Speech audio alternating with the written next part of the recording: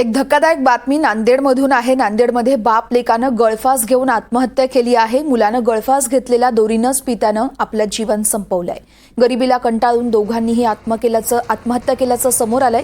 नांदेडच्या बिलोलीतील मिणकी गावातील ही सगळी घटना आहे। मिणकी गावातील राजेंद्र पैलवार हे पत्नी आणि 3 मुलांसह राहत होते। त्यातला सर्वात छोटा मुलगा हा 10वी मध्ये शिकणारा ओमकार आश्रमशाळेत राहतो। सुट्टीनिमित्त तो घरी आला आणि मोबाईल कपड्यांसाठी पित्याकडे हट्ट करत होता। मात्र पैसे नसल्यानं राजेंद्र यांनी मुलाची समजूत काढली। दुसऱ्या दिवशी मात्र ओमकार गळफास घेतलेल्या अवस्थेत दिसून आला। पित्यानं त्याचा गळफास सोडून मुलाला जवळ घेत हंबरडा फोडला आणि त्याच दोरीनं स्वतः गळफास घेत आपलं जीवनही संपवलंय। या घटनेनं परिसरात हळहळ व्यक्त केली जाते। त्या दिवशी काल असं झालं की आजच जातो, आजच पाहिजे, मग आज नाहीत बघूत बाबा, थांब 2 दिवस थांब, खडं झाल्यापरी देतो। तरी पण पैसे जायची काही जुगाड जुळली नाही।